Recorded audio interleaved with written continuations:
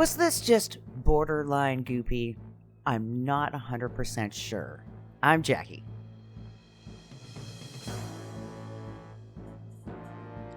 Shakespeare, also, is these not. aren't zombies. They're not Justin. Zombies, they're demons. I'm Sam, and this is 1985's Demoni, or Demons, Not Zombies, on Stinker Madness.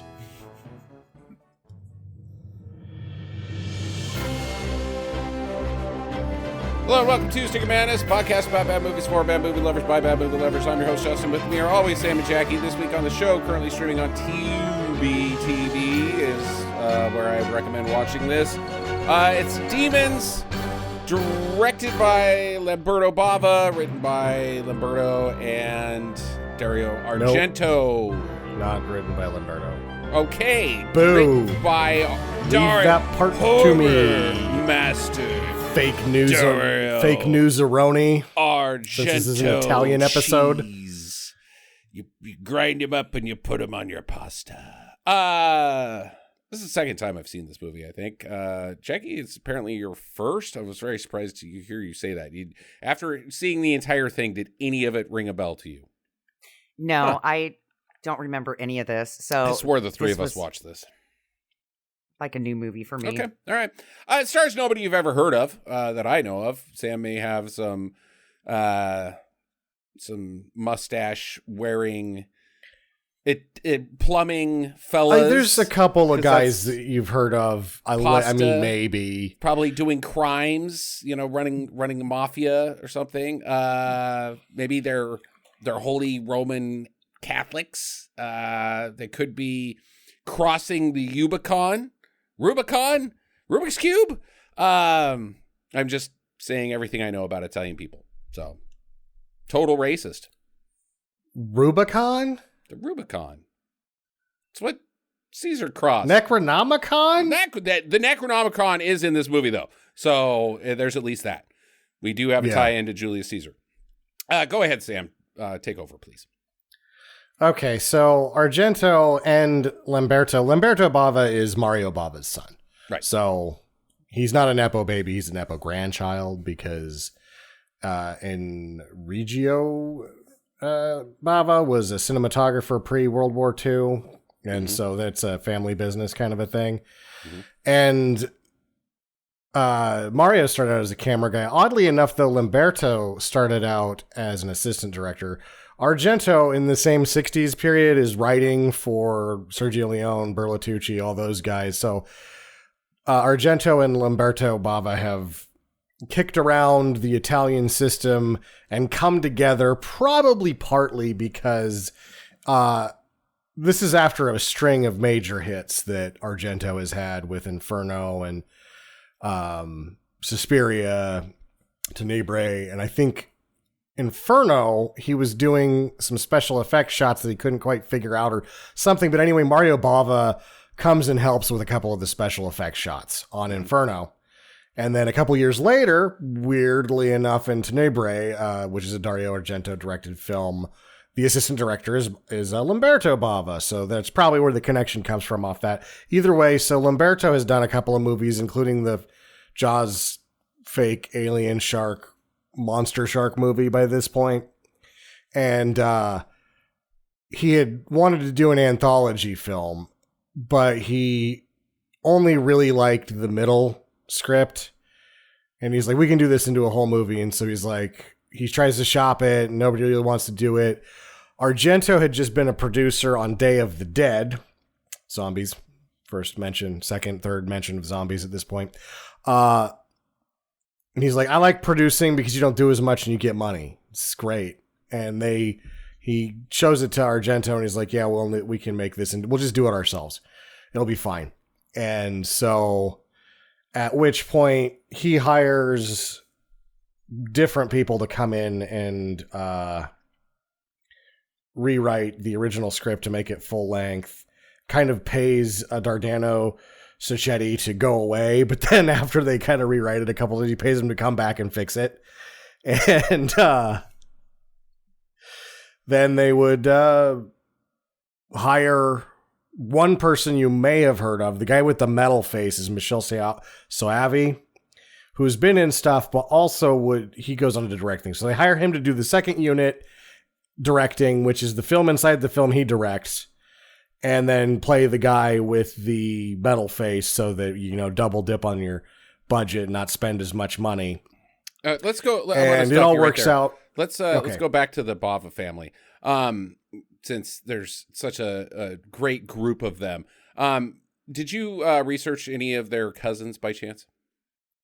I did not. I tried to keep it to Argento-Bava connection. Yeah, that's good. They actually had a strong on the paternal side of non-film people. They were inventors, and one of them is my favorite.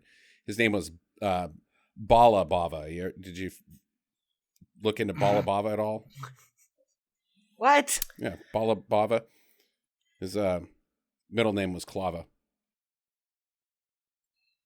Balaclava Bava. Balaclava Bava.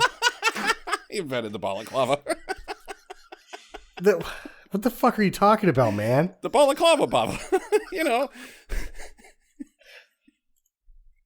He's probably the smartest of the Bavas. He wasn't big on publicity, though, so he didn't like showing his face. and one side of the family, when they moved to the States, their name had been horridly translated to Loblaw at Ellis Island. Yeah. Blah, blah, blah. Okay.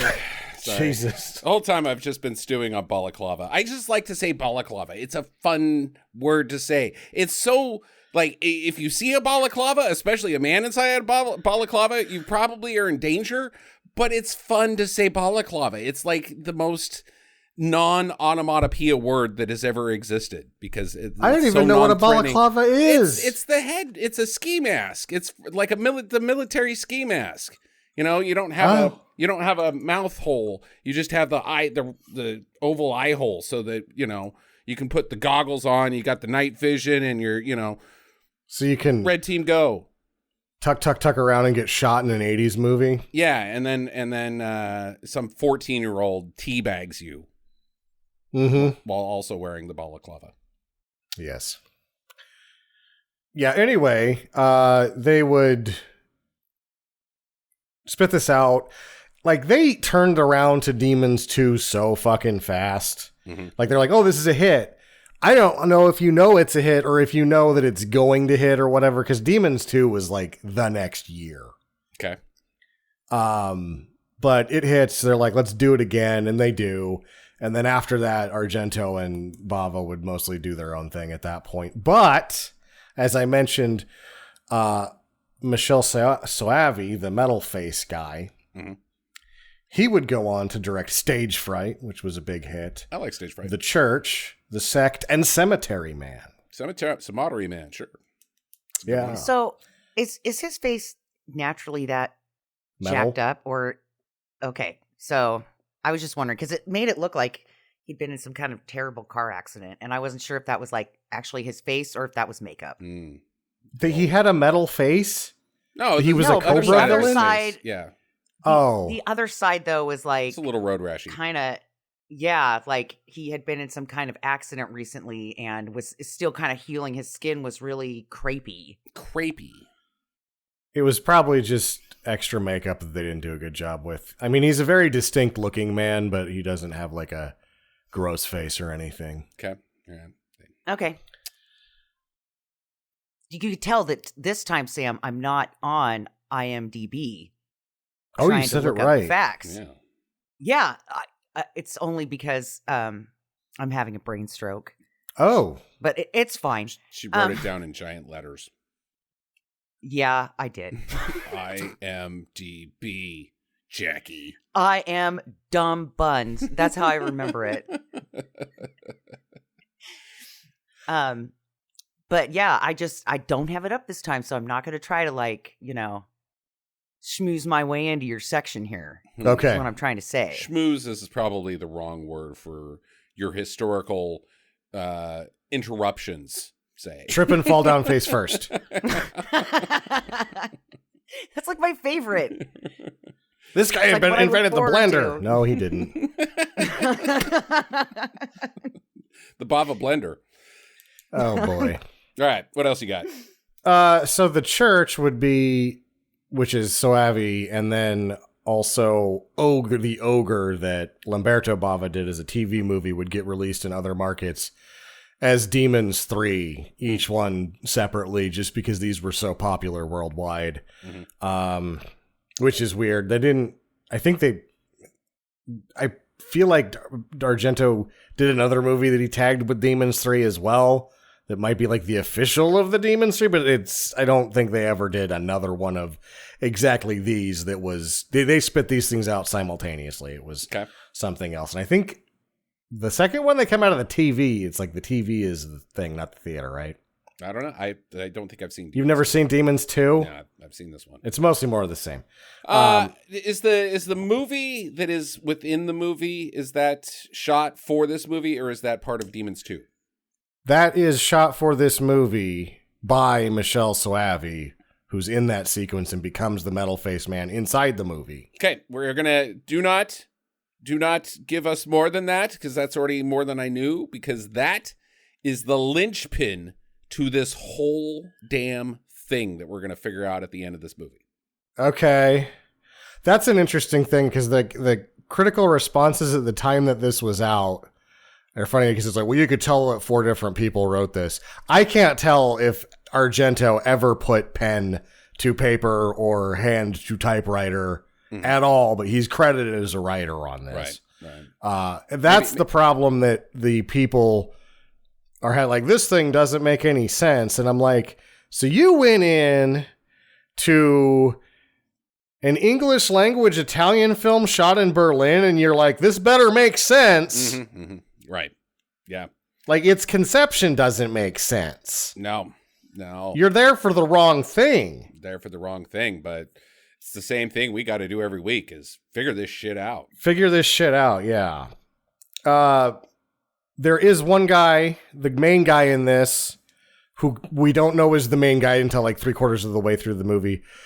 Urbano Barberini. You should recognize him as the hero Tarl from Gore and Outlaw of Gore, opposite familiar. Jack Palance. Yeah.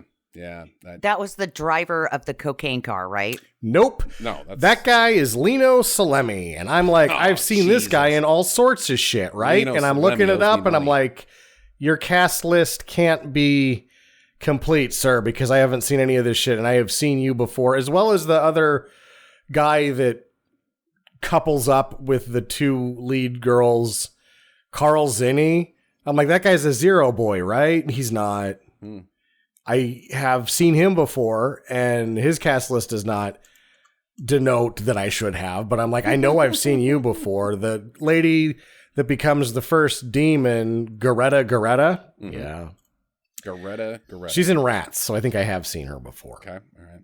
The weird-eyed usher lady with the red hair was a child actress in horror movies and other films. And she was like Night Child, I think is her, Nicoletta Elmi. That was her big one. The black dude, Bobby Rhodes. He's in some Williamson movies, I think. But like, you see these people and you're like everyone in that the cocaine car. I'm like, I've seen all you people before. And allegedly I haven't. Except they all look super familiar, but Linnea Quigley. Yeah, Linnea Quigley I hadn't seen before. Yeah. Maybe the main actress. I would accuse you of racism and claiming that all Italians look the same, but then you would also be saying that you also look the same as all these people. So I don't know if that's necessarily racist. I don't know, like, that Lino Salemi guy, like, he's super distinct looking. You see him and you're like, I have seen you before. Right. Yeah. And I just think that they have, I think that both of those guys have incomplete cast lists on the interwebs because they were part of the Italian footloose 100-mile-an-hour film scene of the 80s, and maybe all their shit's not on there. Because I know I've seen both of those guys before. Yeah. Yeah, I've seen them before. I seen them around. They were talking to Henry Hill. I seen them. You know, because they're Italian. The mobster thing. Okay. We ready? Allegedly, the elder daughter, Fiore Argento, is in this at 14. I don't know if I saw her. I feel like this is another one, too, where if you're in Demons 1 or 2, you're showing up in the cast list. What did you guys think about the fucking soundtrack? Totally. I thought it was pretty badass. Not paid for and agreed to by major American record labels, I'm assuming. It says courtesy of. I watched all the way through to make sure, and they claim that they had the rights to that music in the credits. Did they pay? I don't know. I mean, like the Crew song. No. The Crew comes out at the beginning. It's not one of their hits. I mean, it's like peak Crew, so you probably should have had to pay for it. But fucking cramming White Wedding, a number one hit in the middle of this, like you can get away with. You shouldn't get away, but they did get away with that. It's another zombie movie. It's an Italian zombie movie. It's not called Zombie. Somebody will know what I'm talking about. But the fucking Motorhead, Ace of Spades. I mean, you put Ace of Spades in the front of your movie. It's a badass jam, but not everybody knows Ace of Spades in 1983. It wasn't like MTV was wall-to-wall fucking Motorhead. But MTV was wall-to-wall goddamn Billy Idol. So I'm pretty suspicious. I feel like getting the rights to White Wedding costs as much as making this movie. Yeah. I mean, that's a tall ask. I don't know about that. I mean, even the Crew hit, or even the Crew song, even though it's not one of their hits, is probably a tall order. Like, all the other songs were I mean, there's a couple guys in there I recognize. The Coke group, like, they had not cocaine music. Yeah. That I was like, okay, like DiCaprio's character in Wolf of Wall Street would totally be listening to while on coke, but not these guys. It's like a shitty Bruce Hornsby. I recognized one of him. That's fine. They could afford that guy. Fucking White Wedding, kiss my ass. They didn't pay shit for this shit. Yeah. Also, I really felt like the cocaine car should have been listening to Kraftwerk at this point. Right, totally. Yeah, that would have worked, but not fucking shitty Bruce They were Hornsby. shooting in Germany, therefore stealing Kraftwerk's music that explicitly would have been harder. Mm-hmm. Yeah. Maybe. It says, and it wasn't just like courtesy of. Mm-hmm. It said like the way that it translated from Italian was by gentle courtesy of EMI. Like, gentle courtesy, does that mean you fucking stole it? He's fucking stole it, and you're like, you fucking stole it. You're trying to, yeah. I mean, and they didn't get sued because then it's the Streisand effect, right? Like, you know, just let it go. This is not just let it go. Fucking battle. This is a fucking really dumb horror movie. So, Sam, where did you say this was shot at? Berlin. Berlin. Okay. Berlin. That makes sense. No, it doesn't. It does. Because here's where we start out. We start out with subway riding in the 80s, which, if I know anything about what movies have told me about subway riding anywhere at any point in time, isn't a pleasant experience, especially in the 1980s. Like, this seems like a fine subway system. Like, there's no piss. Like, no piss. I didn't see any piss anywhere. No random puddle on a seat, and certainly no dude jacking it. So maybe in Europe they don't realize how shitty the American subways are. Like if they did, then they would realize they could get away with jacking off. Or I'm not sure what. They just make it look like Philly's subway or something. Oh, the movie itself. Gotcha. Okay. Like it's symptomatic of these Europeans. They're like, yes, fine public transit like everyone has. Yeah, right.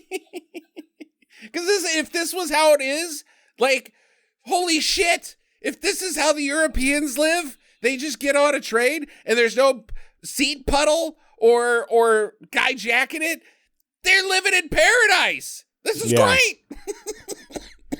I mean, there's no threatening characters on this horror film subway. I'm like, this seems nice. Yeah, and then you get the first like little glimpse of the guy in the, like, you didn't see shit. Like, That was just kind of weird. And then she all of a sudden is acting very paranoid. She's walking slowly. It's like she wants to be attacked. Like she's like, I'm done with my life. Well, Jackie, let me stop you there. Did you watch the rest of the movie? Well, yeah, but at this point, these are just my opinions. It doesn't get any clearer as to anybody's actions because this movie was not written by humans. So getting hung up early on her being like, I'm a weirdo in the subway. Man, we're going to be here all day if we talk about how weird these fucking people are. But we got a lot of shit to cover here because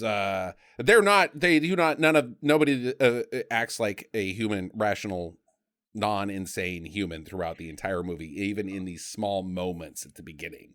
So anyways, Cheryl does get off. She runs away from Silverface, and then he springs out of nowhere. The movie is telling us she's expecting to be attacked. Her face does not demonstrate that. And he's like, here's a flyer. He doesn't say anything, but gives her a flyer. It's also very supernatural because she gets off the train and then all of a sudden the subway station is completely devoid of people. There's nobody there. And then after he just gives her the movie ticket or whatever it is that we don't, because I don't know what he's just given her other than, I thought he was going to she's going to show up and he's going to do a fucking one-man dance routine or something behind a dumpster. You don't know what this guy's passing out. But then the people show back up and you're like, okay, so I guess she's just being weird. Well, she was being weird because you see the shots of all the people that get off the fucking train and they do what every other normal human being does. They go to the exit. They don't stand around looking around like, anybody want to attack me? Hello, guy that I saw earlier that was in the tunnel like 5 miles back. Look. Are you here yet? Clearly, I have never been to the subway system in Berlin. It seems nice, but the subway systems I have been into, or the public transit systems, you get out and then you leave. There's not like, well, we have to stay in this long walkway for, a half a mile to get out. Yeah. No, like the door is right there. They don't want you hanging out there. They put the door and the escalators to get out of there right fucking there where the train stops so that people in, people out. That's like, but then in Japan, somebody's watching this movie with a completely different take on this non-shitty subway. They're like, hey, nobody got pregnant on that train ride. And what? Why was it going so slow? Jesus, What are they doing? 35? Good God. We need some unanimity in our public transit on rails. Like, let's get some, some conformity. Like, it should be like McDonald's. You go into one McDonald's, you get the same burger you get at the one in a different state. I need the subways to all be the same. And we don't need to make them uniformly good. We got to get like uniformly shitty. Get the shitty parts of all the subways. Dirty like a New York subway, guy jacking it, somebody's going to stab you. The subway gropers from Japan, whatever they've got going on in Russia, you get all of it together and just ruin all the trains. Oh, man. So like Jackie and I, St. Louis, we have that now, Sam. So you can just come to St. Louis. They're putting up gates. Yeah. And, like actual hiring of security. They've integrated AI to assess risk. That's going to help.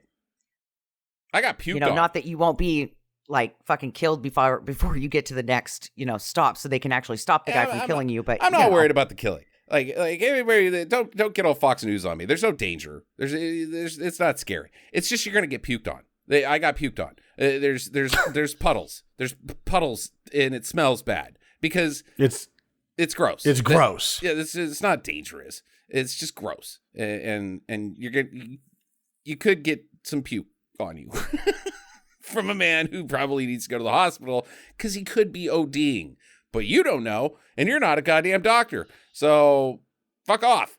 Okay. Anyways, so she's out. She's given the flyer. It's a flyer for this new theater, or maybe not a new theater. We'll circle back to this at the end of this whole thing.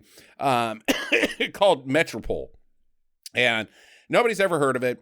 He gives flyers all over the place, and Cheryl and her friend Kathy decide, hey, let's go check it out. Let's blow off school and go see this movie. Maybe it's cool. Maybe it's like a pre-release of the new Avengers movie or something.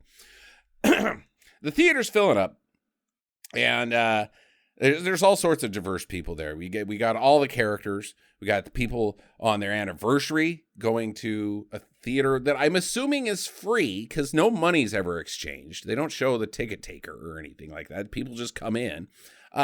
You've got some. I don't know how are we going to address the dude and the two chicks? What's their story? They got free tickets. Yeah. So he had like enough tickets to fill this place up. He added 10%. He gave them out and hoped that it filled up halfway. These are the scattered weirdos that had nothing better to do. I know, but I want to know who they are, who the three are, the dude and the two chicks, because at some point the anniversary guy, I believe, calls the two women prostitutes. So are they? Dude, that is obviously a pimp and his two hoes. Is he a pimp and his two hoes? Because I know them as Tony, Carmen, and Rosemary. Okay. Rosemary's not a very prostitute name. Being any weirder than the rest of these people. I'm not accusing them of being weirder. I just want to know, are they prostitutes? I don't think so. Okay. All right. We do not have a consensus. I think they're prostitutes. Maybe they're just fans of the LD. Like all the girls in the Shaft movies. So he's just the LD? Yeah. What is that? Long dick? Yeah, Jesus. Yep. Wow, way to put that together. Yeah, my God. I'm sheltered. Then we've got the Chads, is what I'm going to call them, the guys that end up with Cheryl and Kathy. They're total Chads. And Rosemary. So this movie, we don't even get a title for it, has promotional stuff there, is what the people think. And one of the promotions is a dirt bike with a mannequin on it, all dressed in the gimp suit, while holding a katana and dangling from the handlebars is a silver demon mask, like a what do they call those guys, Sam? The opposite of the geishas. Well, no, the geishas don't do stage. They do a little bit of stage stuff, but the guy comes out and he's a Japanese demon. I don't know what the word for that is. Kabuto? Something like that. Yeah. Kaboti? Kaboti? Yeah, it's like one of those words. Somebody knows. Somebody will write it and be like, listen, you uneducated bastards. Oh, yeah, I don't know Japanese theater. Boy, what a fucking dumbass. But you got to be one of those anime people. One of them. I would say that you'd really need to be into that sort of history of Japan, because you've got one anime person on the show and he doesn't know what the fuck it is. Yeah, okay, fine. You got to be one of those Japanese history people. Yeah, those people. Historical theater people. Okay, so Rosemary puts the mask on and she's like, blah, blah, blah, blah, blah. And he's like, dude, you're a hoe, I think, or you just like the LD. But either way, right now, you are being like a child, and it's totally giving me a big softie downstairs. So take that fucking thing off and try to act like a proper hoe. We're going to see him light up Spark a Doob later. Mm-hmm. So he's just looking at her like, dude, you are fucking harsh in my groove. Right. Knock it the fuck off. Knock it the fuck off.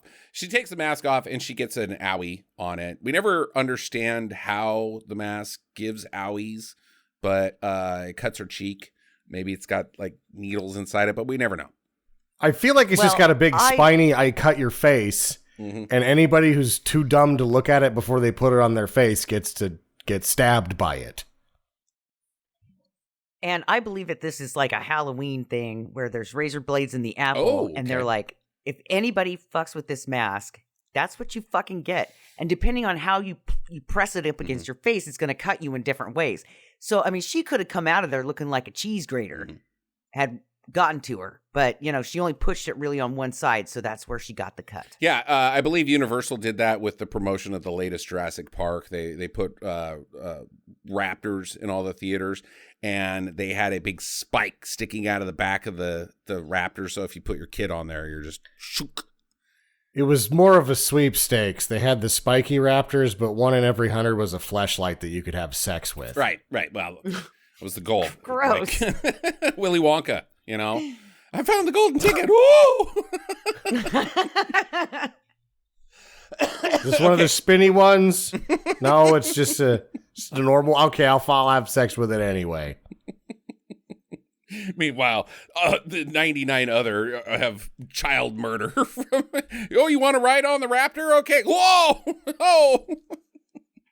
Because, don't touch the fucking props at the goddamn theaters, you jackasses. Otherwise, you turn into a demon. Okay, so the movie starts out, and the movie itself is a group. I think it's 4 people, 2 couples. They're like doing the, hey, let's go to the cemetery on Saturday night setup. And so they go to this, like, the ruins, and they go down into this hole, and they're like, I heard a rumor that this is where Nostradamus was buried.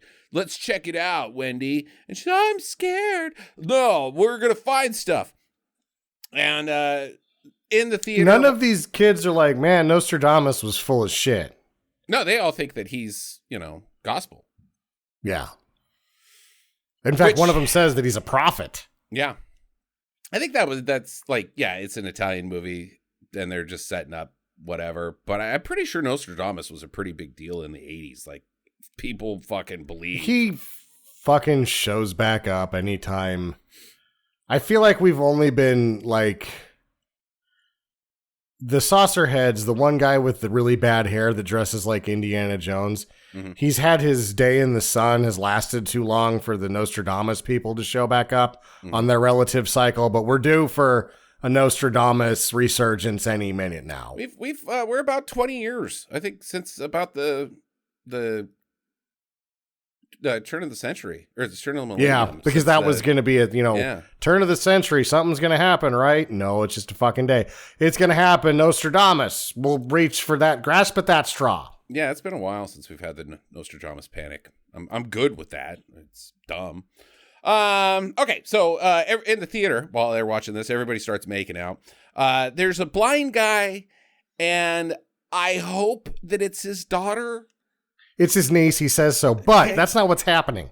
What's happening on screen is we see a man with a seeing eye girl, because in 1980, dogs have better things to do. Yes, she is a seeing eye girl. At least they're related. At first, I thought she was an employee.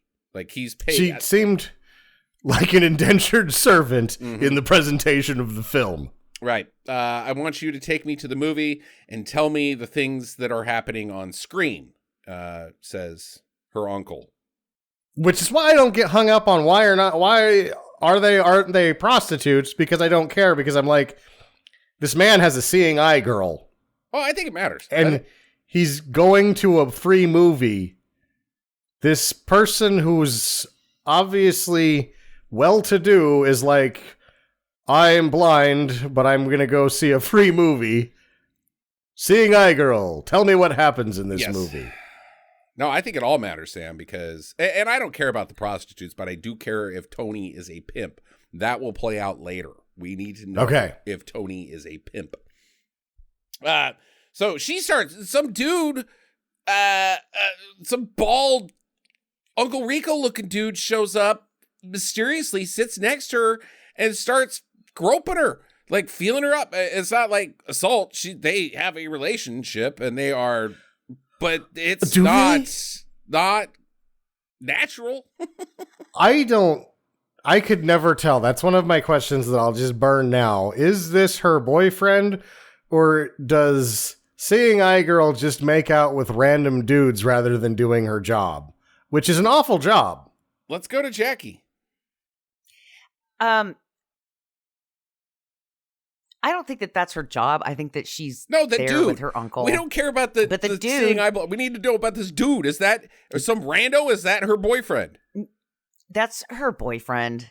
Like, she tells him, "Oh, he needs me." He's aware of the situation that she's in. He's aware. Trying not to. I mean, he's like, when he sits down, he could have been like, "Hi, I'm Frank," or whatever, right? But he says nothing. He is extremely quiet when he sits down because he doesn't want the old man to know that he's there. Yeah, he does know. So she's got terrible taste in men. Real bad. Like, also, did you know when he got his hand?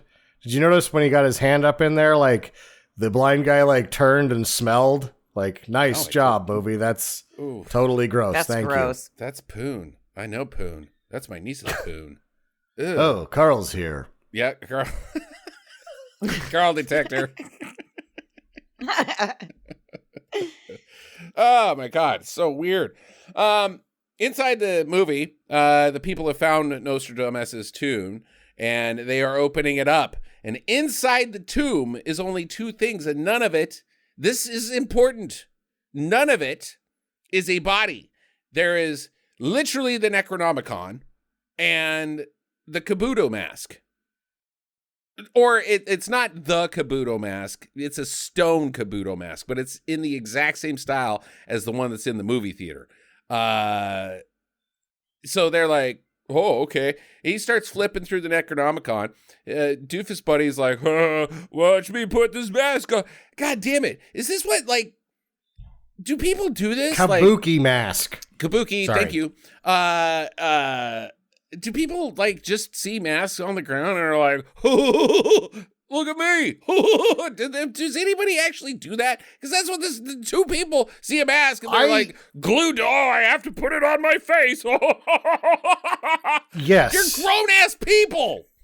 I want to say that humanity is better than this, but in my lifetime, I've seen a lot of people, like, I'm like, if us as a human race depends on survival, survival depends on people not being like, I'm retarded and I can't see with my eyes, I gotta use my hands. We're all doomed.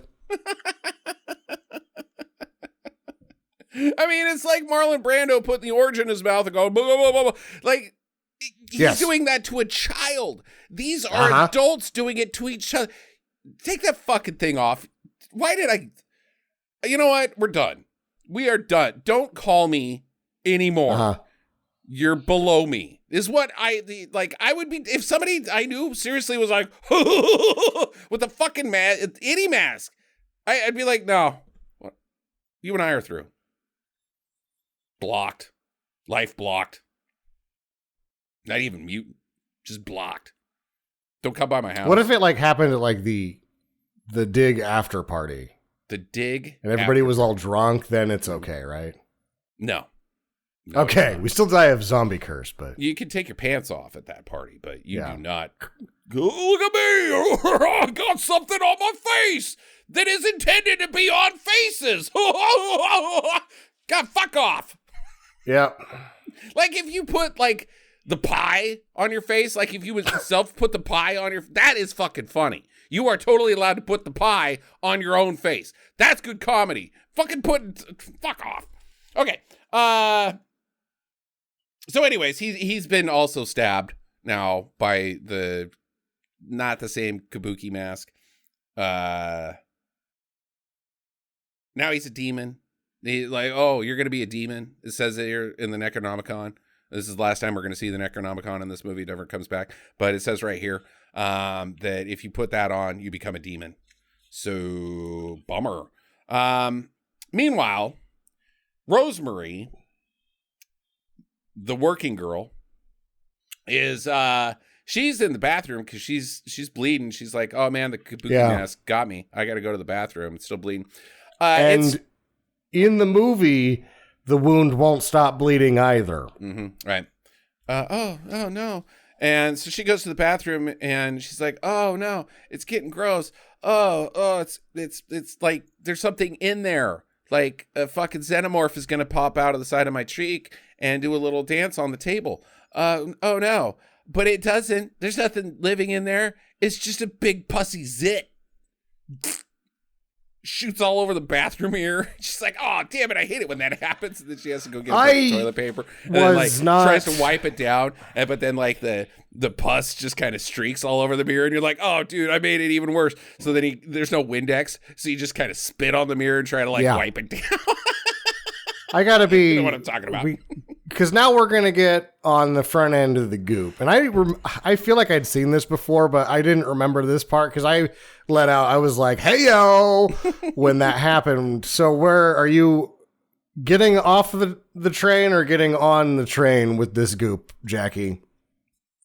You know, my thought was this is a lot like Dr. Pimple Popper, where, you know, she gets some squirties every once in a while. So at this point in the movie, I'm okay with it. It's like, okay, it's like a cyst that explodes on Dr. Pimple Popper, and I'm cool with this. Yeah. It's gross. It's pretty gross, but I've seen worse on Dr. Pimple Popper. So I'm like, okay. I'm okay.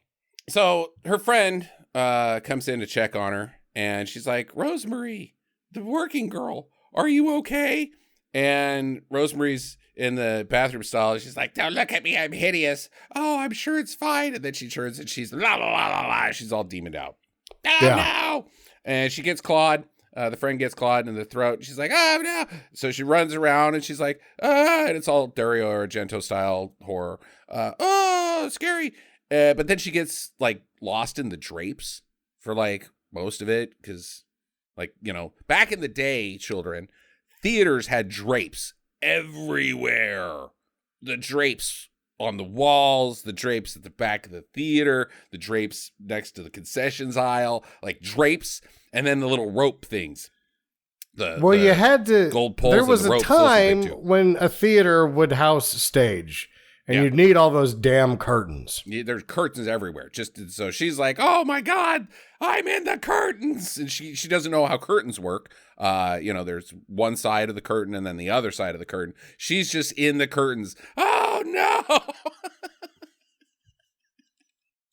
Can't get out. This was so fucking ridiculous. Like the monster would have gotten her by now. I mean, if you're too retarded to figure out the monster's also in the drapes, Jackie. It's like, shit, how am I going to, damn it, I can't, who put these drapes here? They just keep staying in the drapes, chasing each other. Like if they took one step outside of the drapes, they'd be going a different speed, but the distance would be equal. Now they're just in the drapes. There's no closing distance because it's all drapes. So Liz has gone missing. Meanwhile, she's up in the hallway getting felt up some more, and so blind guy starts stumbling around, going, Liz, where are you, Liz? I don't know what's happening on screen because you've gone, Liz. Tell me what's happening on screen. Mm-hmm. Well, you know what's bad is that he's in the middle of a movie theater filled with people, and he's screaming for her, and no one turns around and shushes him or says, can I help you, sir? They just kind of ignore him like, fucking old guy with, oh, God damn it. They sat really far back, which I kind of liked. I was like, oh, the movie's thinking about this, that if somehow a man was to bring his seeing eye girl to the movie, that they should sit far enough back to not bother other people. Yeah. So he's really far back there. So like, oh, fuck, they're back there, whatever. Down on the outside of the drapes, the attacked lady, she's now got a pussy zit on her neck, and it pops. She's like, oh, God damn it, it's on my sleeve. Shit. I can't wipe that off. People are going to know I'm a prostitute. But then she's still lost, and she's like, oh, my zit, gross. And she's behind the curtain now, because it wasn't a screen back in the day. It was a curtain, white curtain. She's pushing. Hey, there's somebody back there. Ah! She starts pushing her way through. She's like, ah! They're like, I hear screaming. No, it's just the movie. Ah! And then she tears through the curtain, just like the dog in What movie is that where the dog is on screen? And then the dog punches through? Is that Beethoven? Maybe. I've never seen Beethoven. And everybody's like, I think they're watching Cujo, and then Beethoven punches through the screen, and they're like, it's fucking Sandlot. Shit, I've seen that. I know what you're talking about. Kick me off. You guys block me. Life block me. I deserve it. Fucking Jesus. Forget Sandlot. What a dipshit. Okay, So the demon, the Rosemary demon, has strangled Liz and her fella. Got them all tied up together, which is not how strangling works. Like, you can't strangle two people that are facing each other, like, with one rope. They would just get, dude, you're smushing our faces together. Like, the back of the neck is not where you get strangled from. It's the front. So you got to get the rope in the front part of the neck, not the back. But they're dead. And at this point, I was waiting for their mouths, because their mouths were still connected, to just split. And their jaws and then just that would have been come together like good effect. Two mouth, Yeah, faces all get all smashed and that would have been rip apart and then like their blood everywhere squirting around. That's what I was waiting for, but it didn't happen. Did not happen. They died by strangulation in reverse. Anniversary dude's like, oh, let's go help this lady. Oh shit, she's a demon. And they all stand there and watch, like, oh, she's gross. Look at her hands. Zitsy all over. Should we leave? Yeah, I think we should go. And then he gets his ripped throat out. I was glad when this guy died. He was such an asshole to his wife. Yeah, just like anytime you're an asshole to your wife, I just rooting for your death. I think she was good with it. I think this is where she's at as well in life. Like, no, because she's like, please don't start again. And he just completely ignores her. Like, I'm just going to act like a shithead towards you. Please don't start again about what? I missed that. That was when they were first going into the theater and he was handing the dressed up elf lady the ticket. And he was chastising her. So he chastises her the entire movie and belittles her. And I'm like, I hope you fucking die first. But no, he was like the third guy to go. So I was okay with this. I think you're filling in a lot of blanks because I think he only had one line. He was a dickbag. I'm with her. Okay. I only remember the one line. He was a piece of shit. All right. Either way, he's dead. Blind guy. He's up in the balcony. Liz. And then Rosemary, she pokes his eyeballs out and then kind of rubs them all over his face. Ah! Which is weird. Because he's like, oh, that hurts, but also you've done a poor job here. I already didn't have the use of those. It's like if you kicked Varys in the nuts. From Game of Thrones, he's a eunuch. Okay, it's like if you kicked a eunuch in the nuts. Like, and, I mean... It still hurts. Bummer. Not if you don't have any nuts. I mean, you get kicked anywhere, it hurts. Yeah, but I mean, it's not effective. It's not like, well, oh, you got me. Oh, no, now I can't see, you dumb shit.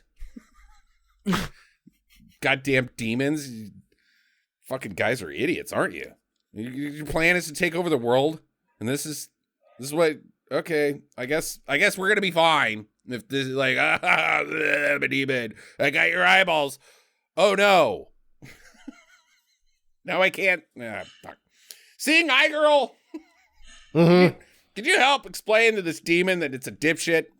Yeah.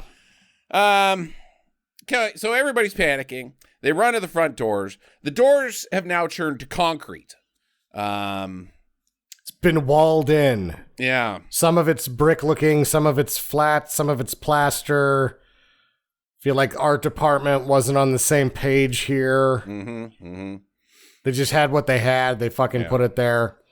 Either way, it's got to be magic or something. Like they didn't have a construction crew come in and put all that stuff in. It's just demon magic, right? Yeah. Okay. Yeah, that's what I think too. Okay. So the group hatches a plan like, oh, it's the movie. The movie's doing it to us. Let's go stop the movie. So they all run into the projection room. And inside the projection room, they're like, oh, no, nobody's ever been here. These projectors are automatic. Because they're like they got the shitty, they've got keyboards taped to them. So they're demon projectors? This is a point where they're like, oh my God, there's no projectionist. And then one person's like, oh my God, they've been automated for 10 years. Right. I mean, Okay, take the film out. And some guy does. He takes the film out, and the movie stops, and they're like, okay, good. Push off. Yeah, push off. All right. Unplug it. There it is. It's all done. Do we have an Apple store? Can we get a Genius? So they're like, okay, cool. Well, they go back to the movie theater, and the blind guy, he's not dead. He's just got his eyeballs rubbed all over his face. He's like, you've done nothing. It's not the movie. It's the movie theater that is the problem. Damn it. Not the demon mask that in the movie is magic and is also out in the lobby. I don't know. See, I think that's a stretch. I don't think anybody necessarily makes that connection. You know, maybe. Why? I mean, one of them did. Did she tell anybody? And she became the first zombie. So what you're telling me is the only person that can make this connection is the person stupid enough to just grab something and put it on her face. Well, she made the connection because she turned into a demon. But did she tell anybody like, oh, I put this thing on and it poked me in the face? That's weird.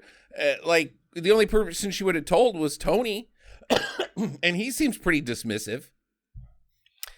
Yeah, they're all idiots. I don't think everybody else would have made this connection like, oh, hey, I bet you somebody put that mask on and it also was a demon mask and it turns people into demons. I think that's a little bit of a stretch, but we'll coming back to that at the end of this.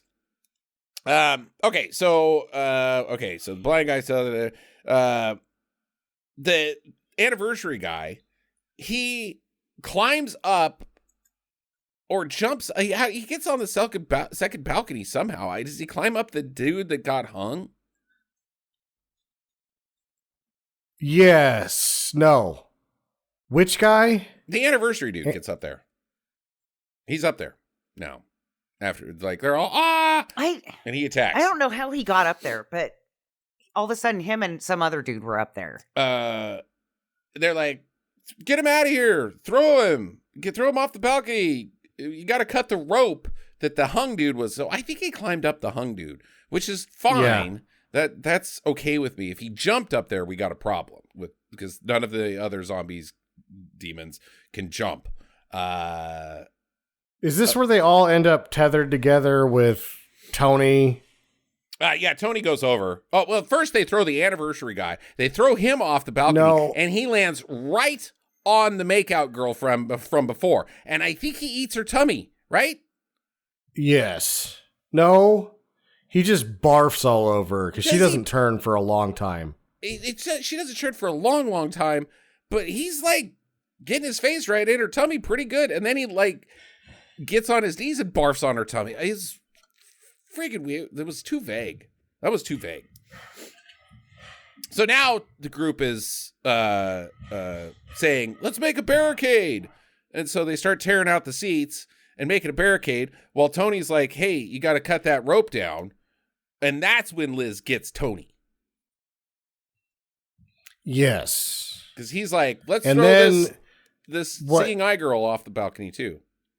Yeah, eventually what's going to happen to him is the guy that's being hanged, which is Liz's boyfriend. He has supernatural control of the rope, and he like bungees over and grabs the three of them, and then they're tethered. Yeah. That's the only way to explain that. Yeah, he does do that. He comes back up his own rope.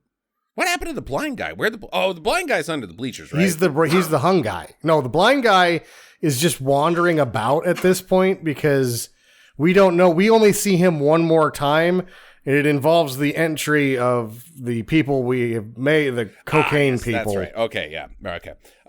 So Tommy finds Hannah. Tommy's the makeout boyfriend for Hannah that got the barf guy thrown on her. And the movie tells us that she's okay. And he's okay. All right, cool. So they're trying to get around for some reason. They're in the movie.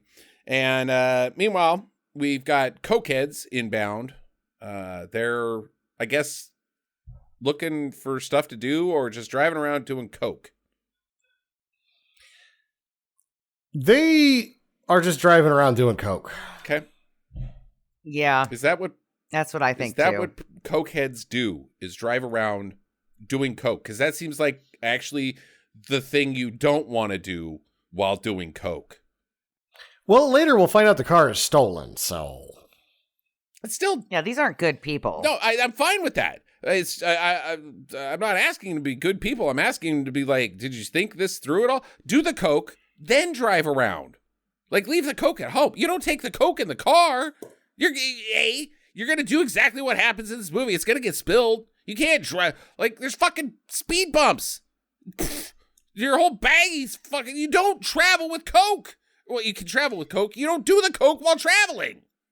Well, they've done it all wrong. Like, if they're reselling it, it's not going to work out because they've put, like, a very large quantity of cocaine inside of a Coke can with a straw, and they're just snorting it out of that haphazardly, like they're not going to OD from that. And also that, like, this needs to be the cocaine's final destination other than up your nose. Where? You're not getting it out of the can and reselling it. It's bad coke now. These guys don't. They have no business having this coke. They're too stupid. A lot of it make money enough to have that much coke. Like, did they wash that can out thoroughly and leave it in the sun for enough days that it dried out all the way so that it could house such a thing? No, no, they did not. A large part of it's now clumpy with Coca-Cola. Right. And even if it was like a brand new can, how you getting all the coke out? You can't like pour it out. It's a bad cocaine transportation device. And it's just because of the joke. Oh, look, they're doing coke. Fine. Yeah. It's still, they're fucking idiots. These people have no business having this much coke. Anyways. I mean, later on, she gets hot and bothered with getting her tits razored, so. Yeah, but that's all like 80. Oh, the punks in the 80s, aren't they like hardcore? Like, that's in all the movies. Yeah, but, if you think about it, they're in a moving car, so one bump and that nipple's gone. I think they were parked at that point, but I think she she was biting her lip like, ooh, the danger is sexy. So she probably would have gone for it while they were driving too, But yeah, you could totally lose a nip. Like, shook. Then what? That is a different kind of nip slip. Right? Now you're a Barbie doll. Do you like it? Mm-hmm. How are you going to breastfeed your future children? Old one nip. Now all those bite marks, you can't even them out. You just get one of those Capri Sun straws but made of metal and just poke it in there. I see the box that rocks. Mm-hmm. Okay, Mom, there's a lot of blood in my breast milk. This doesn't work like coconut milk at all. Neither does coconut milk. Okay. So they eventually, guess what? The coke fucking goes everywhere, and they got to clean it off. Like, it's in the seats, it's in their shirts, it's half of it's on her rack. You're not getting out. That's why you don't do this. And the dude, like, lead dude, he's fucking pissed, which is the believable part. He just did a fucking Coke can of Coke. This guy's out of his freaking mind, right? And let's be honest, it's probably not real Coke. This shit is spliced with every, baking soda probably. This guy's, half of him is baking soda at this point. He's fucking half his rocks. Get it out of the car seats! With what? Let's just bail. This was a dumb plan. Driving a stolen car around town with no, direction with Coke? A Coke kit? Let's just go someplace else. Let's go to the mall. Yeah. No, clean the seats! Okay. Meanwhile, they also hear pounding, because they're parked outside of the theater now. They hear pounding, which one of the ideas of the people in the group was like, let's pound on the walls, and maybe the cavalry will come and get us. And they're like, oh, that's weird. Well, the group inside, they've pounded through to a secret room. The wall was made out of a big hunk, and they punch through and go inside. But it's just a staircase that leads to empty rooms. The door was probably 8-9 feet from where they put the hole through the wall. Yeah. This is just a storage room. Yeah. There's no point to it. Like, we found a secret room, and inside you find the Necronomicon or something, and then now you read the words, and now you know how to, but you got to get to the place to read the words, and the demons there's nothing in there. It's just like, the horror. It's not even implied that it's like magical, like there was an exit, but it also got concreted over. It's just a fucking hallway that leads to a room. It kind of seemed like they gave up early, too. You know, it's like, well, we walked 500 feet. I can't find a door. Let's just go back. Yeah. Did you go up the stairs at all? It's a stairwell. They go 2 directions. You guys punch through the middle. Oh, there's nothing here. Ladies are freaking out. It's dumb. Outside, the cops have found the cokeheads because, and they chase them into the theater. They don't shoot them for some reason. Maybe things are different in Italy, I hope. Well, it was interesting. Like, they push him and they run away, and the guy's like, I'm going to fucking shoot you. And the other guy's like, don't shoot him. Christ. Right? Like, Jesus, man. He's like, what are you, an American? Yeah, fucking go work for ICE or something, you nutsack. Oh, shit. Now they're coming for me. Okay, so they chase him into the theater's back door, and because there's a door into the theater that's open. The people have not found this, but in their defense, they're doing a bad job looking. They are doing a bad job looking. See the red sign above your head that says exit on it? It's got an arrow. Mm-hmm. I want to look at that. The blind guy, though, he stumbles outside this door, and he attacks the cops. But it ends with them saying okay, because, like, they shoot him. His hand gets blown off. So we don't see what happens the way, but he blows, the one cop gets turned, he gets stabbed enough or bitten enough, whatever, that he's going to become a zombie too. A demon. Right. The other cop blows his hand off and then just looks at him like, you want another one? So he's probably going to turn into a demon, not zombie too. And then that blind guy just now has half a hand, and he's going to go make some more demons, not zombies. Right. Back at the theater, Tommy and Hannah, they get into an air duct, and they're chased, but then Hannah's a demon too. Tommy, sorry, buddy. The cokeheads, they're inside now, and they get attacked.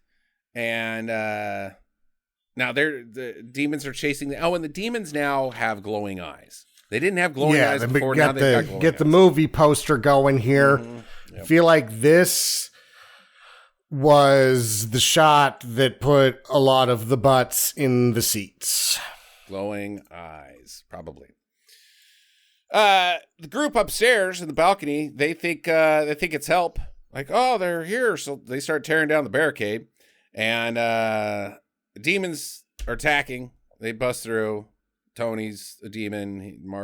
Rosemary's there. The whole gang's back. Start attacking. Numbers are dwindling rapidly. Only Team Cheryl gets out. Yeah, we're down to 4. And yeah, is this where? Because I swear to God, we learned Kathy's name at this point. Yeah, I'm fine with that. Because I wrote it down. I'm like, her name is Kathy. Oh, Kathy.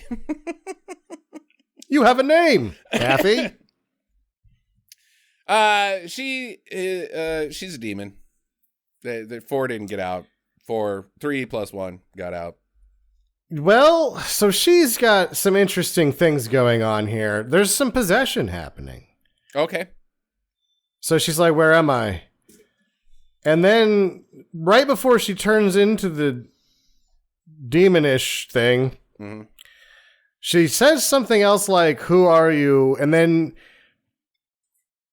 what is your purpose or something like that? Like, I thought for a second that we were finally going to see a representative of the demon's consciousness, and these weren't zombies. It was like a zombie horde, but there was a demons behind it, and it would have some level of sentience. Mm-hmm. And she says some things that lead me to believe that, but then she just sort of bends over and sticks her butt out real nice And little demon crawls out of her back, and he's like, yeah! And he leaves for the rest of the movie.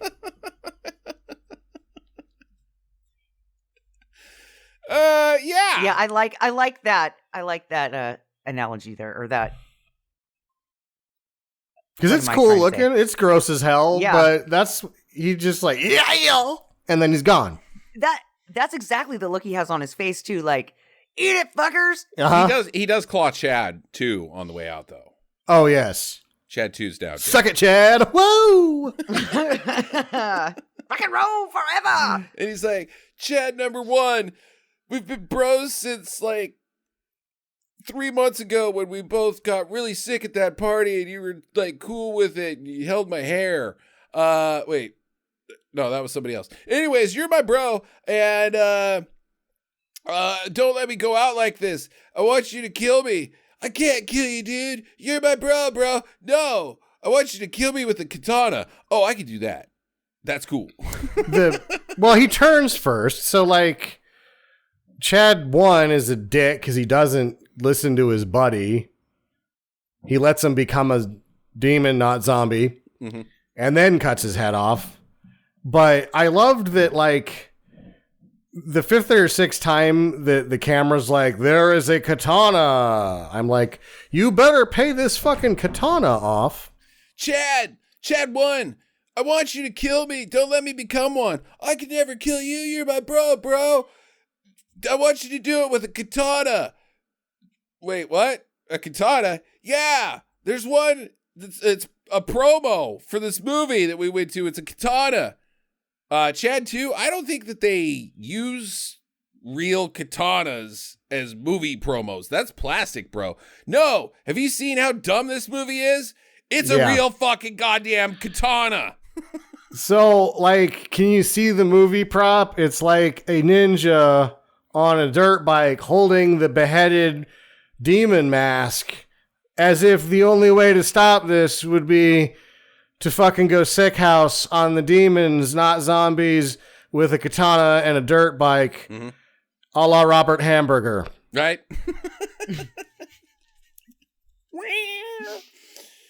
So he cuts his head off, and then Chad's like, dude, sweet, okay, I'll do that Robert Hamburger shit. And he gets on the fucking dirt bike, and he starts hot dogging all over the goddamn movie theater.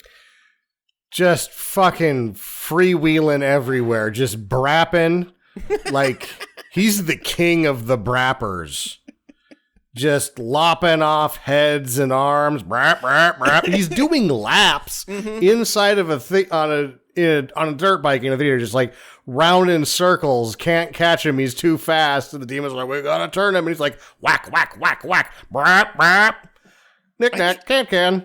Off with your head. At some point, he gets on the back of the chairs, like the aisles. Yes. Like he's riding. He's wheeling across the back of the chairs that haven't been ripped out yet. I don't think that's possible. While decapitating demons, not zombies. I'm going to burn one right here. Is this katana, like, magical? And if you hit a zombie with this particular katana, or I'm sorry, demon. Katana, Jackie, it's katana. Katana. If you hit a demon with this special sword, does it die forever? Well, I'm going to stop you right there because the best way to kill a demon is to hit them with a katana, a Chris katana. You just take Chris katana and start whacking guys with it. Oh my God. He's little. He's a little guy. He can do it. Okay, sorry. Katana. It seems so. The game. You start just hitting people at the box of the board game. Catan! Catan! I take over your territory now. Okay, is it magical?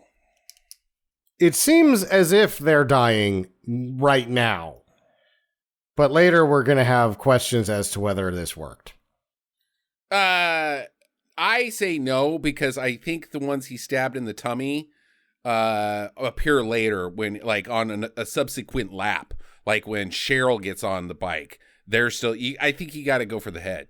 I mean, yeah. They're. But either demons, way, I feel zombies. like I have arguments as to why this weapon is mystical. I don't think it is. I think it's just a fucking katana.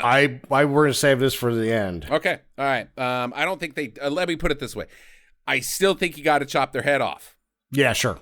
Okay. Or at least, like, bust up the head, because I think somebody takes it right down the middle and he's dead. But he does stab people. He cuts people in the tummy, and or demons. And later they're still blah, blah, blah, blah, blah, blah, chasing after him. So... also, I think he gets stabbed. Does he not get stabbed at some point? I don't know. He's got a pretty big wound on his arm, but it's like, did he just hit some broken chair debris, or did he get... No, one of the zombies had a switchblade and he stabbed him. Oh. It's Tony's switchblade. When he was burping around, yeah. Which is covered in demon blood. It's got goop on it. He should be a problem. Is that like, it's only mouth to mouth contact to mouth to butt? It might be saliva. Do we have any evidence of no, you can get clawed. Clawed. Yeah. I think Chad 1's got a problem. So that's why they're demons and not zombies, is because it's by touch mystically to become. Because by all maths inside the movie, the size of his wound would have turned him mathematically very much well before things happen that he does. Very much so. Yeah. So that wound is not... Movie will tell us later that wasn't the one that got him. So... Yeah. Okay. Anyway, he gets stabbed. Then they hear a loud noise. They've killed all the zombies, hot dogging around with the katana.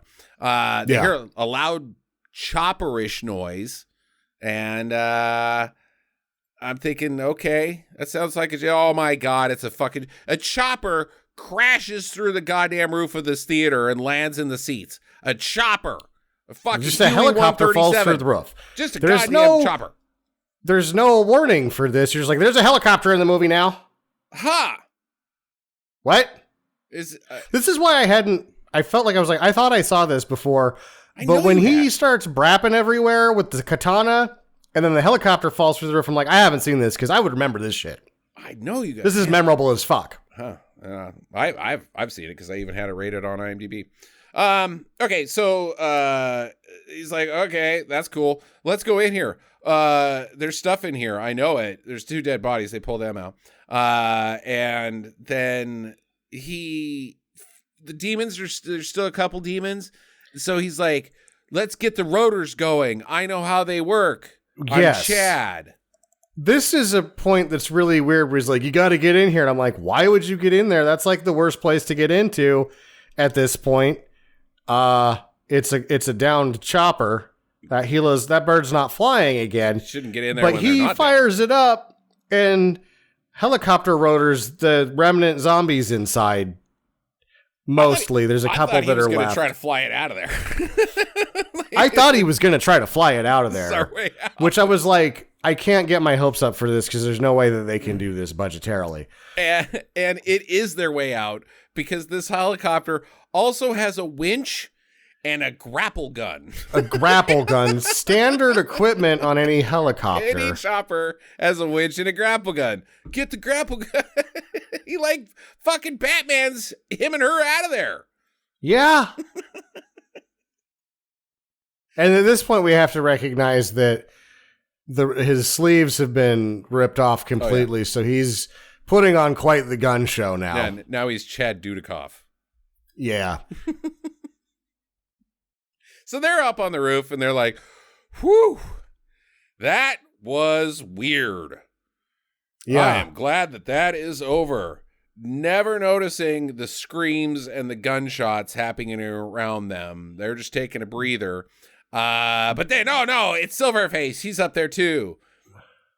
And he I like how he just walks up behind them nonchalantly. They don't hear anything and he just pushes the dude. He punts Chad off the roof into the hole again. He's a demon. Silverface is? Yeah. Because he's not a zombie. These other things are zombies. What makes you say he's a demon? But he is straight up a demon because he wants the zombies to take over so that... You're skipping to the end. You're skipping... Oh, Silverface? that's figuring this whole thing out. Silverface. Okay, fine. And what fine. he is will come back into this.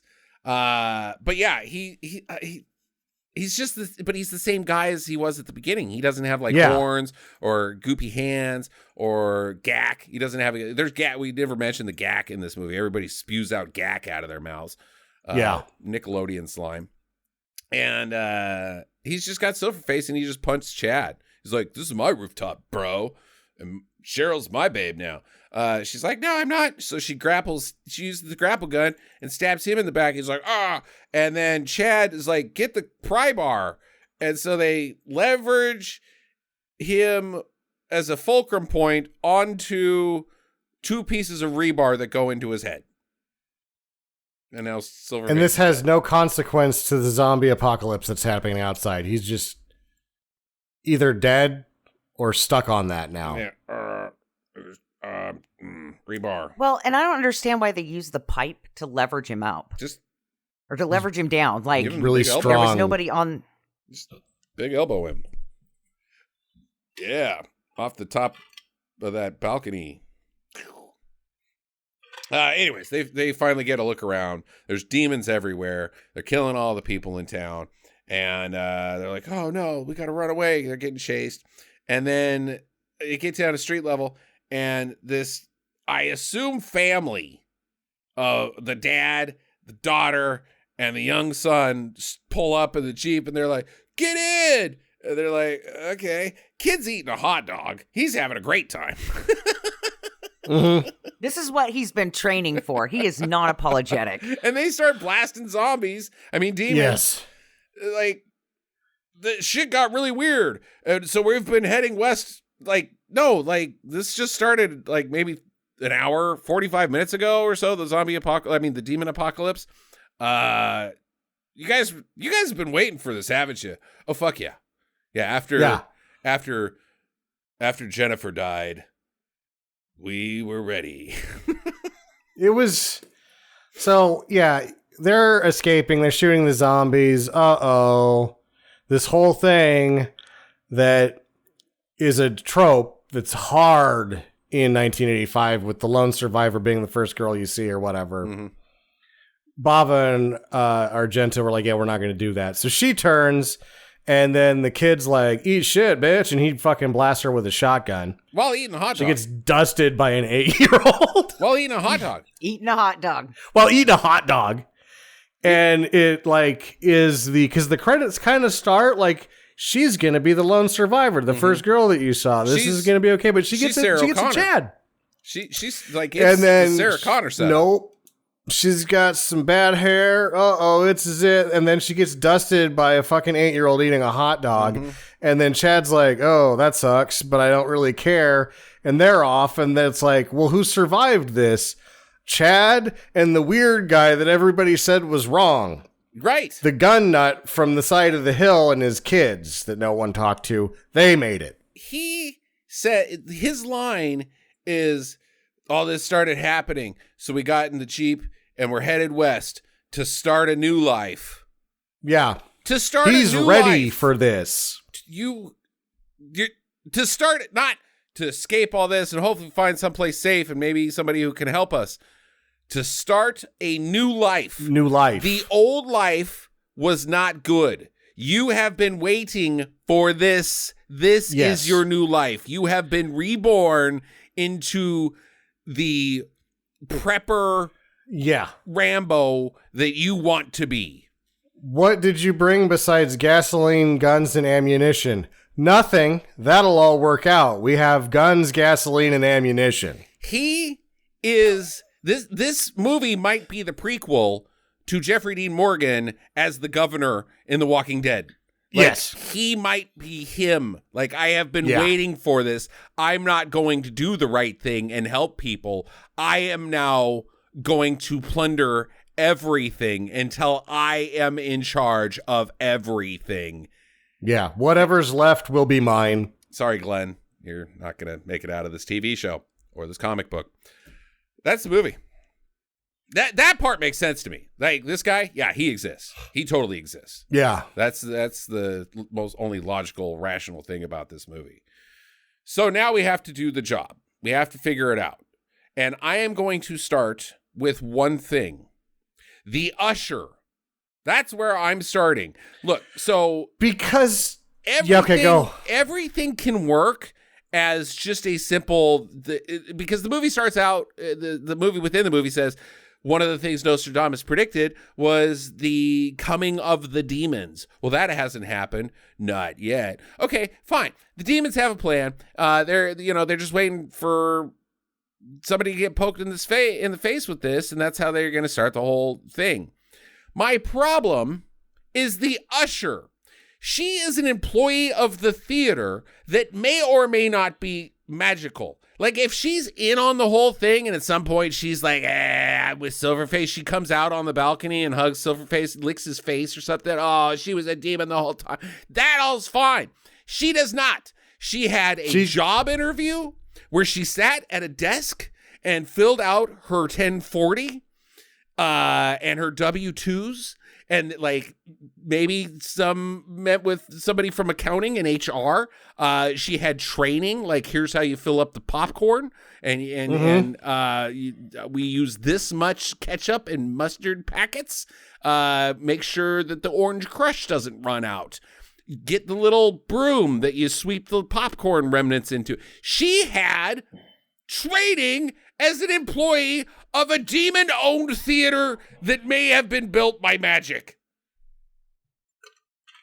No. Did you see the popcorn machines in this place?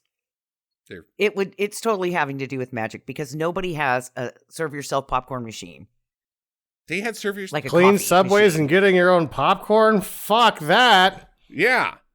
So, I've got problems. The usher doesn't make any goddamn sense. But what also doesn't make sense is if you got to go back. Where does this all start?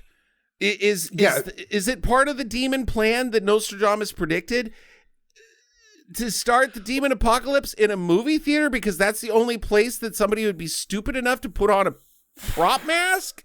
But somebody did that movie inside put on a prop mask. I don't think that's it. She works for a theater. This is just a theater. This Silverface gentleman has booked the theater for his event. Okay, all right. The only thing magical that the movie tells me is magical is the mask. Then we have to back up even further and we do have to figure out who Silverface is. He's the guy in the movie that cuts his face on the mask the first time, and then he ends up putting it on and stabbing everybody. So he is a demon. He is a demon. That is created because he put on a kabuki mask that was buried with Nostradamus. But not Nostradamus. No. Where's Nostradamus?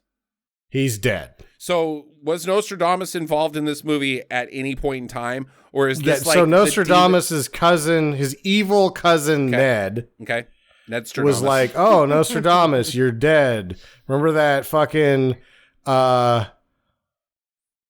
whole demon apocalypse that you were worried about? Well, I found the mask for it, and I'm actually going to put it in your grave because that's like my last zap to you. It's like worse than pissing on your grave. You're actually going to be... People seeking you out to stop this is going to be the reason that starts this. I'm your evil cousin, Ned, and I've done that to you. And you know what? While I'm here, I am just going to piss on you, too. And he does that. So you're going to empty out my coffin. You're going to piss on me.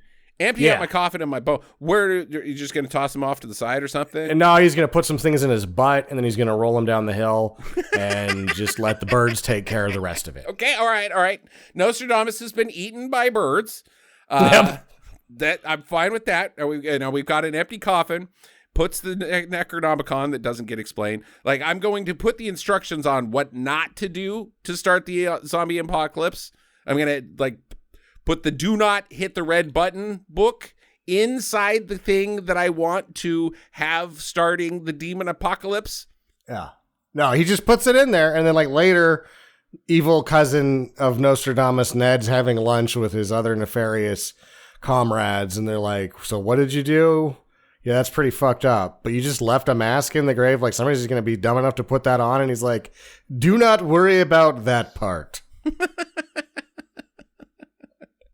No, I'm worried about that part. But the primary thing about graves is they're in the ground. They're like, you got to dig them up, and like you don't necessarily know where it's at because you can't see on account of the dirt. They found that they brought the Necronomicon with them though. No, it was in the grave. Oh, was it? Never Yes. mind. So he says, "Don't put that on; it'll turn you into a demon," and he'd already done it. Yes. Yeah. Wow. But I like how the book also was kind of bookmarked to that page of, hey, don't do this, but your dumb shit friend will have already done it. So we're just distracting you until he can turn into a demon and kill you too, instead of you looking at the other page that we bookmarked of how to kill this fucker. Necto Clatau Ferrata. Mm. That's on the next page. Still, why would you put the Necronomicon in there? Like, that's one hole in your... Because there's more than one of them. He's got the Ned, the nefarious, evil cousin of Nostradamus, has the prophetic vision and the wisdom of Agent K from Men in Black. A person is smart, people are stupid. Yeah, sure, he knows, but why would you put it in there? That still doesn't explain why. Just more piss on that grave. Yep. because NEDSTRADAMUS is like, ha, Nostradamus, you were the arbiter of the people. Look how dumb your people are. Yeah. No, it kind of seems like Nostradamus was also like, fuck people, dude, they're dumb. Yeah. So it seems like maybe Ned and Nostra should have got together a little bit more. But let's move on. Let's just say it was part of the plan. Okay. Someday, so then you put this thing on, you become Silverface. Yeah. And he's not zombifying them. He's actually just killing these people, so they're not going to become zombies because he's stabbing them with a knife. This is a slasher film. Right. The beginning. So there's no spread yet. But with the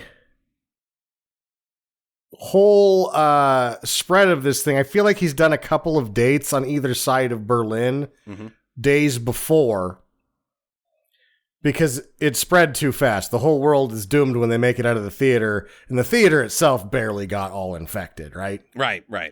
So it had to be spreading before that. So this is like the third date of Silverface's free engagements. Okay. That's maybe the only way I can figure that this works. Maybe he didn't just rent out the Metropole Theater. Maybe he also rented out the Met, or maybe the Guggenheim. He did Paris. Yeah. He did Brussels. Now he's in Berlin. Okay. And he figures that triangle is going to spread this enough that his work here is done. Okay. How come he doesn't get all goopy and have zits that pop? Because he's a demon. Yeah, but so the rest of them are zombies. He's possessed by the demon whose spirit is in the mask, and that demon's way of cleansing the earth is with zombies. Then who's the guy inside Kathy? That's NEDSTRADAMUS. Fuck you guys! Wow! I was in here the whole time. Yeah! I'm not sure how I just took care of all of my questions with that little rant. Kathy there was no Kathy. It was NEDSTRADAMUS the whole time. He was just a Kathy puppet. Meat sack for NEDSTRADAMUS. For NEDSTRADAMUS. I was wondering why Kathy was so fucking weird. It's because she was, a little guy in there. Okay. So he's renting out places. The usher is just an usher. No, I think that covers a lot for me, Sam. Everything except for the possibility that the sword is mystical. And since NEDSTRADAMUS is counting on us being stupid, then that sword was mystical because Chad just left it in the theater. Right. Yeah. Used its only clue that was how you could stop him. The motorcycle, the katana holding the mask like a severed head. That's all gone now. So nobody else is going to figure that out. It's just a fucking mystical sword. So that maybe one day someone will grab in the post-apocalyptic world and fight the guy in the Jeep So NEDSTRADAMUS that is now the governor of Europe. Is just laying down. This is the Necronomicon, but in modern form instead of an old book with written in blood and bound in flesh. It's a dirt bike and a katana. It's the same thing. Like, here's how to stop this, but you're too stupid to do it. Ha ha ha. Said And also, I'm inside a lady. Mm-hmm. Okay.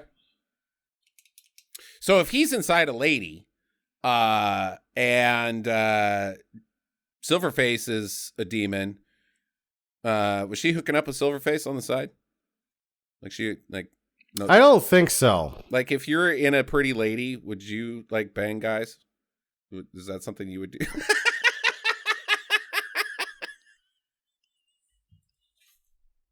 Maybe that's what those prostitutes were doing too.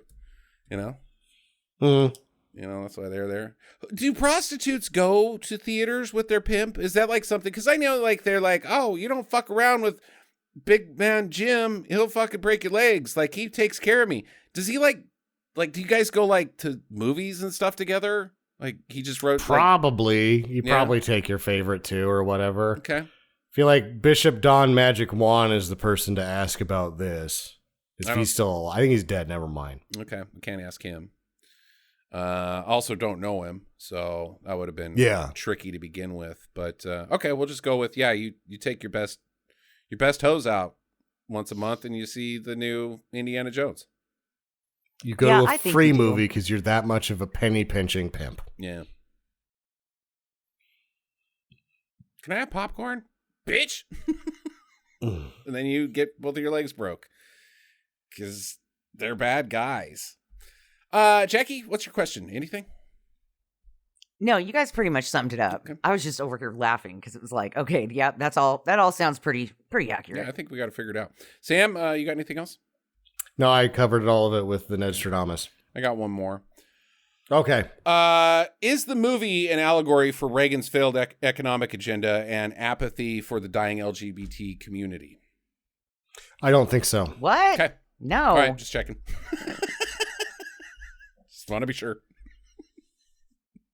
One of these days, somebody's going to say, yes. Oh, okay, cool. Mm-hmm. Okay. Final recommendations. I'll go first. I'll be honest, Sam, I don't love this movie. I think it's a little tedious. It has some shenanigans for sure, but it's so muddled in. It also has really bad audio. Like, a lot of it's dubbed, obviously.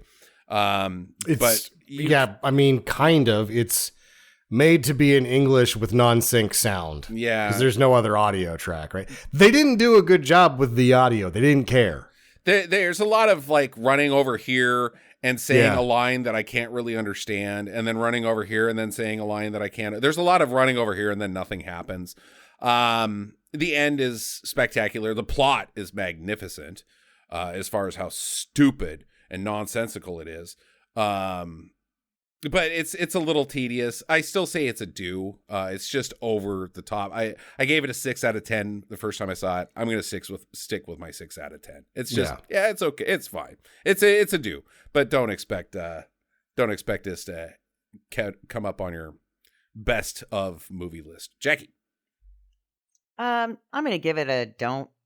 I was kind of bored, and honestly, it was like borderline, like, I'm okay with this goop, and then sometimes I just was not okay with it, and it was just too much for me. So I'm gonna give it a don't. Okay. Do not from Jackie. Sammy. I'm thinking it's closer to a 7 out of 10 for me, but where I'm gonna be like, this is a do, and it's that 15 minutes of killing Ken Chad 2 with the katana to dirt bike to preppers in the Jeep is it's like 15 of the strongest bad movie minutes there is out there. Kid with the hot dogs. A helicopter falls through the roof. A demon jumps out of some lady's back and just fucks off. It's bananas. Yeah. Yeah. And yes, the rest of it isn't anywhere near that, but when it dials it up to when it's time to hit 11, this thing hits 13 for 15 minutes. All right. That's why it's a do. 2 out of 3 Sticker Bandits say do. Jackie, let's ask you this. If you weren't so goop adverse, would you have given it a do? Yeah, okay. probably. Okay. Then just realize it's just gack. It's just Nickelodeon slime. You can't do that on television. Did you hate Double Dare? Yeah, Double Dare, man. Yeah, I did not like watching that when I was a kid. There was a lot of cake sitting in Double Dare. I wonder if that was intentional. I don't think somebody's fetish. I feel like the first time I saw that as an adult on HBO or whatever, cake sitting, I was like, oh no, because I remembered. It's like, oh no, Double Dare. Oh no, all the brownies. Oh no. Okay, then all the iCarly shit comes out, and you're like, oh, those motherfuckers. That's your show this week. In 2 weeks, it'll be Jackie's pick. Do you have something lined up? No, I do not. She does not. I was thinking about doing another Final Destination. Okay, we could go back to that. Either way, have 2 weeks. Get to the chopper.